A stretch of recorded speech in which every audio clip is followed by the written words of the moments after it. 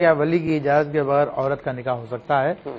تو دیکھیں اس حوالے سے نبی کریم صلی اللہ تعالی وسلم کی حدیث مبارکہ بھی ہے، اور اس میں یہ فرمایا گیا کہ ایما امرأۃ نکحت بغیر اذن ولیہا فنکاحها باطل باطل باطل، کہ وہ عورت جو اپنے ولی کی اجازت کے بغیر نکاح کرے تو اس کا نکاح باطل ہے باطل ہے باطل ہے۔ اللہ اکبر۔ تو یہ سیدنا امام اعظم ابو حنیفہ رحمۃ اللہ تعالی علیہ کی اس حدیث شریف کے بارے میں رائے یہ ہے کہ اگر خاتون نے کسی ایسی جگہ پہ نکاح کیا جو اس کا کفو نہیں ہے، کیونکہ لڑکی کے اولیاء کا حق ہے کفو کے اندر نکاح کرنا، اگر ایسے خاندان میں وہ نکاح کرتی ہے جو کہ اس کے خاندان والے کے لیے باعث عار ہے تو شریعت نے ان کو اختیار دیا ہے کہ وہ اس نکاح سے منع کر سکتے ہیں۔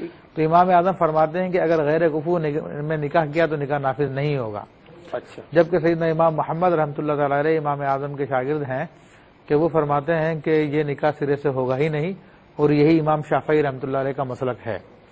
اور فی زمانہ جو فتنہ بازی عام چل رہی ہے ہمارے یہاں پہ، موبائل کی وجہ سے یا ٹیلی ویژن یا فلموں کی وجہ سے بچے وقت سے پہلے جوان ہو چکے ہیں، اور اتنی دفعہ دیکھا گیا ہے کہ نکاح ٹیلی فون کے اوپر ہی جناب شادیاں کر لیتے ہیں، ہنسی مذاق کے اندر کالج کے کمرے میں، اسکول کے کمرے میں بیٹھے بیٹھے وہ میاں بیوی والے بول پڑھ لیتے ہیں، یعنی لوگوں نے ایک اس کو مذاق بنا لیا ہے۔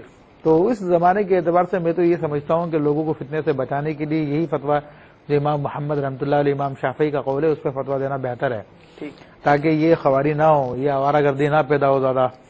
تو چھوٹی سی بات ان کو اتنا معلوم ہوتی اور اس کے اوپر لوگ پتہ نہیں کیا کیا بنا لیتے ہیں بات۔ آپ نے حدیث شریف سنا ہے کہ باطل ہے ولی کی اجازت کے بغیر۔ جوان لوگ اور وہ منظم طریقے سے کورٹ میرجز کرتے ہیں، وہاں تو ولی کی رضا نہیں ہوتی۔ ہاں تو دیکھیں اس کے اندر بات تو یہی ہے کہ اگر وہ کفو میں کیا ہے، دراصل ہم کفو کی وضاحت کر رہے ہیں۔ دیکھیے یہ تو پورا ایک چیپٹر ہے۔ کفو سے مراد یہ ہے کہ 5 چیزوں میں کفو دیکھا جاتا ہے، دین کے اعتبار سے دیکھا جاتا، اس کے حسب نسب کے اعتبار سے دیکھا جاتا، اس کے پیشے کے اعتبار سے دیکھا جاتا، اس کی شرافت کے اعتبار سے دیکھا جاتا، اس کی صنعت و حرفت کے اعتبار سے دیکھا جاتا ہے۔ تو ان چیزوں کے اندر اگر اس کا ظاہر سی بات ہے کہ ایک شخص عطر کا کام کرتا ہے، اس کی بیٹی ایسی جگہ پہ بیاہ دی جائے جہاں پر جو چمڑا رنگنے کا کام ہوتا ہے تو کیا رہ سکے گی وہاں پر؟ وہ ایک دن بھی نہیں رہ سکتی ہے وہ۔